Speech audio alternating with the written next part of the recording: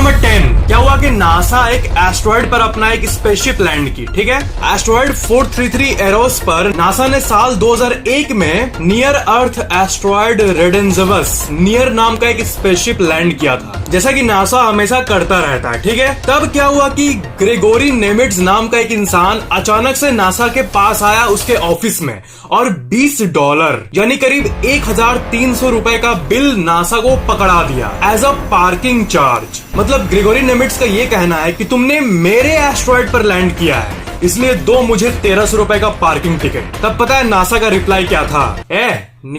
निकल यहाँ से। और नासा ने डिक्लाइन कर दिया $20 पे करने से, क्योंकि उसके बाद में कोई लीगल स्टैंडिंग नहीं था। मतलब बाहरी एस्ट्रॉइड में कोई जमीन कैसे खरीद सकता है बोलो। और ग्रेगोरी ये कोई आम इंसान नहीं था, पता है, ये ठीक ठाक मतलब अमीर टाइप का इंसान था, कॉर्पोरेट वर्ल्ड का। इस इंसान का एक कंपनी भी है जिसका नाम है ऑर्बिटल डेवलपमेंट, पर फिर भी इसने ऐसा किया पता नहीं क्यों। फैक्ट नंबर 9, ये एक बहुत ही डीप फैक्ट है कि जब आप शाम को सूरज को ढलते हुए सनसेट को देखते हो, तब उसी सन को दुनिया के उस साइड रहने वाला इंसान सनराइज के रूप में देखता है। मतलब आप जब सनसेट को देख रहे होते हो, तब उसी पोजीशन पर दूसरे लोकेशन से वही सन सनराइज के रूप में दिखता है। Got it? Fact number 8, weight loss. आप लोगों में से जिसका बॉडी आउट ऑफ शेप है, जिसका तोंद निकला हुआ है, जो क्यूट फैटी टाइप के हैं, चबी टाइप के हैं, क्या आपको पता है कि कितना वेट लॉस के बाद कितना चेंज आ सकता है? रेडिट का एक फेमस फॉरम जिससे कहते हैं प्रोग्रेस पिक्स, उसमें ये पोस्ट को पोस्ट किया गया था और इसमें आप देख सकते हो कि इस इंसान को देखो, ये है ओवरवेट जब ये बहुत ज्यादा ओवरवेट था, और ये है वेट लॉस के बाद। क्या आप इस चेंज के डीपनेस को देख सकते हो, चेंज के मैग्नीट्यूड को देख सकते हो कि इंसान क्या से क्या बन जाता है due to hard work? That's called results. Fact number 7, ये एक बहुत ही डीप साइंटिफिक फैक्ट है कि आपका जो बाल है ऊपर रन रहे ऊपर नीचे आ जाता बार बार साल।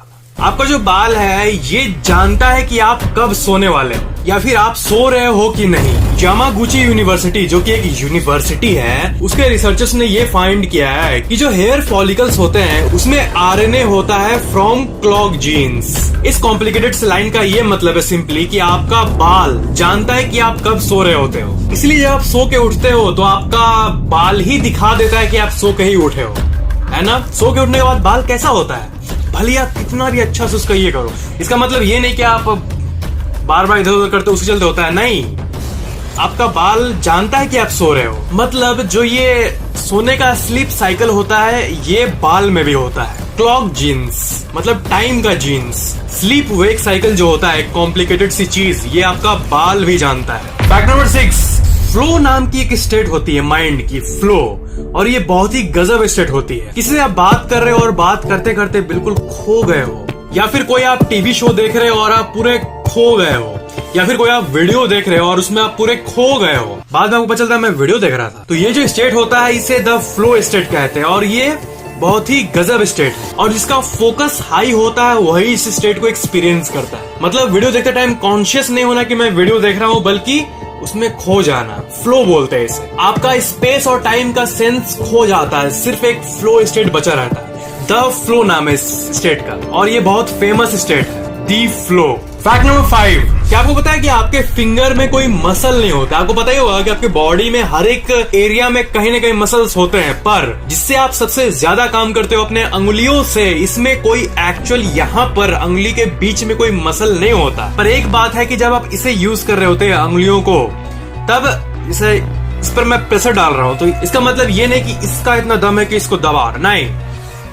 जब इसे कर रहा हूं तो यहाँ का मसल यूज हो रहा है, अपना बाइसेप्स, तो यहाँ पर कोई मसल नहीं होता, पर ये कनेक्टेड है यहाँ से, इसलिए ये यहाँ से पावर लेता है। मतलब ये रेडियो है जस्ट, और उसका बैटरी ये है, powered by this. Fact number 4, placebo sleep नाम की एक अजीब सी फेनोमेनन होती है, और इसके हिसाब से अगर आप रात को ठीक से नहीं सो पाए लास्ट रात को, तो सिंपली ये सोचने से कि मैंने रात को सोया बहुत अच्छा और मैंने 5 घंटा सोया, बस इसको माइंड में बैठा लो, तो सिर्फ ये सोचने से ही पता नहीं कैसे ब्रेन का परफॉर्मेंस इंप्रूव होने लगता है। और साल 2014-15 में ये बहुत ही हाइप में था, ये प्लेसिबो स्लीप। मतलब सिंपली सोचना कि आप अच्छे से सोए हो, सिर्फ ये थॉट ही आपके ब्रेन फंक्शन को इम्प्रूव कर देता है, पता नहीं कैसे, पर ये होता है। फैक्ट नंबर 3, अब जो मैं आपको फैक्ट बताने जा रहा हूँ ये बहुत ही इंटरेस्टिंग है। जब पहला आईफोन निकला था साल 2007 में, पहला आईफोन, तब इसका लाइव प्रेजेंटेशन स्टीव जॉब्स ने किया था। और आजकल के फोन्स का भी उसी तरह लाइव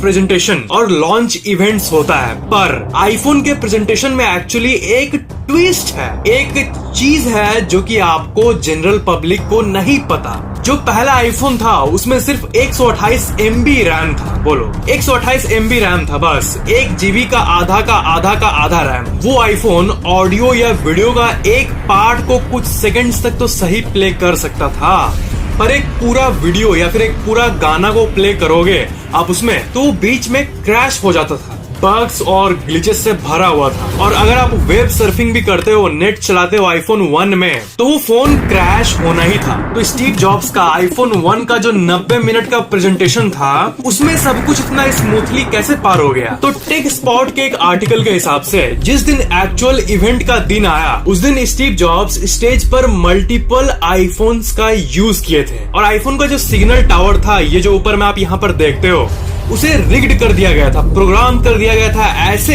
ताकि वो हमेशा फुल सिग्नल को ही शो करे, भले रियल सिग्नल कैसा भी हो। और बहुत सारे अलग अलग टैक्टिक्स का भी यूज किया गया था स्टेज पे। स्टीव जॉब्स ने उस पूरे प्रेजेंटेशन का 5 दिन प्रैक्टिस किया था, पूरे 90 मिनट इंटू 5। और प्रैक्टिस के दौरान उस 5 बार में से एक बार भी प्रेजेंटेशन बिना ग्लिच के नहीं बीता। वो जब वो प्रैक्टिस कर रहे थे उसमें हर बार फोन को रिस्टार्ट करना पड़ता, रैम को फ्री करना पड़ता, या ऐसा कोई दिक्कत आ जाता। इतना टैक्टिक अपनाने के बाद भी, मतलब सोच रहे हो कितना ये क्या हो रहा है यहाँ पे, तो पता नहीं कैसे अनलाइक हिज प्रैक्टिस डेज, जिस दिन उनका एक्चुअल प्रेजेंटेशन हुआ उस दिन एक भी गलती नहीं हुई। और वो लकीली इतना अच्छा बीता विदाउट एनी ग्लिच कि आप तो जानते ही हो, उस प्रेजेंटेशन ने दुनिया बदल दिया और $1 ट्रिलियन कंपनी को खड़ा कर दिया। और आईफोन एक्चुअल में काम करे उसके पहले ही वो पहली बार में ही उस प्रेजेंटेशन के चलते हिट हो गया। और अभी के आईफोन एक्चुअली में फास्ट हो चुके हैं, पर अनलाइक अदर फोन्स, आईफोन की खास बात यह है कि आईफोन पहली बार से ही हिट था। That makes iPhone different from other phones. IPhone के बारे में और एक क्विक फैक्ट ये सुन लो कि माइकल कोवैच नाम का एक इंसान था और वो आईफोन के लॉन्च से पहले ही iPhone.com डोमेन नेम को रजिस्टर करवा लिया था। वर्ल्ड में तो किसी को पता भी नहीं था कि आईफोन नाम का एक फोन आने वाला है, और माइकल को भी नहीं पता था। उसने जस्ट शौक से ऐसे ही बिजनेस पर्पस के लिए ऐसे सोचा आईफोन नाम, iPhone.com, iPhone, Y phone, W phone, क्या चलो आईफोन कर लेता हूँ। तो iPhone.com नाम का उसने एक डोमेन परचेज कर लिया जस्ट ऐसे ही। और जब आईफोन लॉन्च हुआ और जब एप्पल को पता चला तो वो उसे जल्दी से खरीदना चाहता था iPhone.com को, पर माइकल मान नहीं रहा था। मैं क्यों दूं, मुझे कुछ अच्छा मोटा माल दो तब न दूंगा। फिर एप्पल ने मुंह मांगा रकम ऑफर किया और फिर एक अनडिस्क्लोज्ड अमाउंट से एप्पल ने iPhone.com डोमेन को खरीद लिया। मतलब कितना पैसा वो माइकल को दिए वो डिस्क्लोज पब्लिक में नहीं हुआ है, और एप्पल ने iPhone.com डोमेन को खरीद लिया। पर डोमेन एक्सपर्ट्स के हिसाब से माइकल $1 मिलियन यानी करीब 7 करोड़ रुपए में उस डील को माना था। ऐसी ही Xiaomi कंपनी जब हिट हो रही थी तब उसका जो वेबसाइट है ना mi.com नाम का, इसे भी वो $3.6 मिलियन यानी करीब 20 करोड़ रुपए में खरीदी। मतलब समझ रहे हो ना कि नेट से, डोमेन के इस टैक्टिक से लोग कहां से कहां पहुंच गए। Fact number 2, Bel Air circuit नाम का एक सिनेमा सर्विस है। और आप ये जान के चौंक जाओगे। पहले मुझे ये बताओ कि कोई मूवी अगर आज रिलीज हुई तो क्या आप उसे घर में टीवी में देख सकते हो? नहीं देख सकते। ज्यादा से ज्यादा लोग क्या करते हैं, इलीगली हॉल में रिकॉर्डिंग कर देते हैं और उसका कैम कॉपी नेट पे शेयर कर देते हैं, ठीक है। लेकिन इस बेल एयर सर्किट नाम के सर्विस से अगर आप इस सर्विस को खरीदोगे तब आप मूवी को पहले दिन ही अपने घर में देख पाओगे, पता है, होम थिएटर में। एक्चुअली में हॉलीवुड, जो पूरा हॉलीवुड है वो उसी का डील आपको मिल जाएगा। तो चाहे कोई भी आपका हॉलीवुड का मूवी निकले, आप उससे पहले दिन ही, पहले घंटे ही घर में देख पाओगे। पर सबसे बड़ा कैच ये है कि इसका दाम 1 लाख रुपए या 1 करोड़ रुपए नहीं है, पता है। पहली बात, इसका एक ज्वाइन करने का मेंबरशिप फीस है, एडमिशन फीस होता है ना पहली बार देने का, वो है $1 लाख यानी करीब 70 लाख रुपए। दो उसमें आप तब आप ज्वाइन करोगे, फिर उसके बाद $4000 हर महीने आपको देना होगा, मतलब 2.5 लाख रुपए। और इस सर्विस को अभी तक सिर्फ 400 लोग ही यूएस में ओन करते हैं। और 400 लोग ही क्यों करते हैं वो तो पता चल ही गया। जो अल्ट्रा पावरफुल, अल्ट्रा रिच है वही इसको अफोर्ड करते हैं। फैक्ट नंबर 1 के पहले, अगर आपने पहले से इस चैनल को सब्सक्राइब करके बेल आइकन ऑन किया हुआ है तो थैंक यू वेरी मच। पर अगर आपने अभी तक नहीं किया तो सब्सक्राइब जरूर कर लेना। और सबसे इंपॉर्टेंट बात ये है कि बेल आइकन को भी ऑन कर देना। बेल आइकन को ऑन करने से इस चैनल के नए वीडियोस की नोटिफिकेशन अपलोड होते ही आपके मोबाइल में तुरंत मिल जाएगी और ये बिल्कुल 100% फ्री है।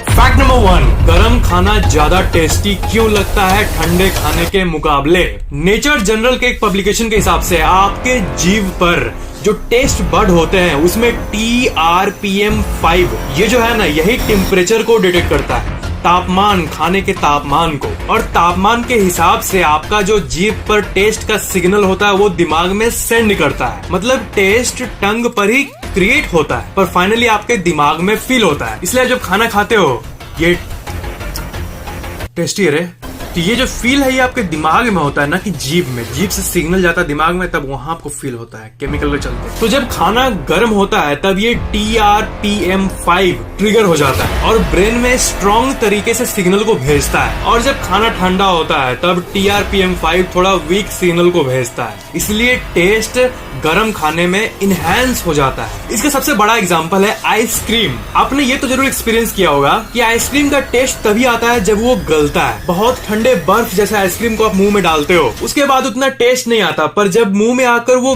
गलता है, आपके जीभ पर जब वो टच होता है, तब जब वो गलता है मुंह के अंदर, तब जाके हमें आइसक्रीम का टेस्ट आता है। गरम खाना ज्यादा टेस्टी लगने का ये रीजन है कि वही कि आपके जीभ में जो ये TRPM5 होता है ये गरम खाने में दिमाग को ज्यादा टेस्ट भेजता है, आप बोल सकते हो, और ठंडे में उतना टेस्ट नहीं भेजता ये TRPM5 नाम का ये पगला ठोक। और एक कॉमन सेंस से निकला हुआ ये रीजन है कि जो खाना का सेंट होता है, जो स्मेल होता है, जो अरोमा होता है, वो जब आपके नाक में जाता है और आपके ऑल्फैक्टरी सिस्टम यानी नाक के सिस्टम को एक जाने के बाद एक फूडी फील देता है, ठीक है, टेस्ट जैसा, मतलब कितना गरम सिंघाड़ा है रे। तो क्या होता है कि गरम खाने समय एक तरफ से आपके नाक में वो स्मेल जा रहा होता है और एक तरफ से आप उसे एक्चुअली में खा रहे होते हो और जीभ से भी टेस्ट जा रहा होता है और वो भी फुल एनर्जी में, क्योंकि TPRM क्या था बे वो, हाँ TRPM5 अच्छे से सिग्नल भेजता है बहुत स्ट्रांगली दिमाग को। तो इधर नाक से मजा मिल रहा है, गरम गरम टेस्ट, तो गरम के चलते इधर नाक से मजा मिल रहा है और इधर टेस्ट से भी, जीभ से भी मजा मिल रहा है। तो इधर नाक से स्मेल का मजा मिल रहा है और इधर जीभ से टेस्ट का गजब मजा मिल रहा है। तो दोनों का ब्लास्टिंग कॉम्बो जब एक साथ जाता है तो दोनों का कॉम्बो मिलकर आपको एक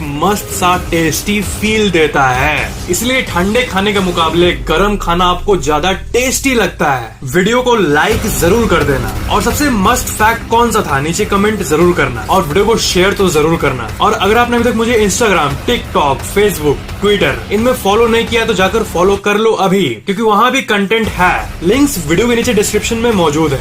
थैंक यू फॉर वॉचिंग।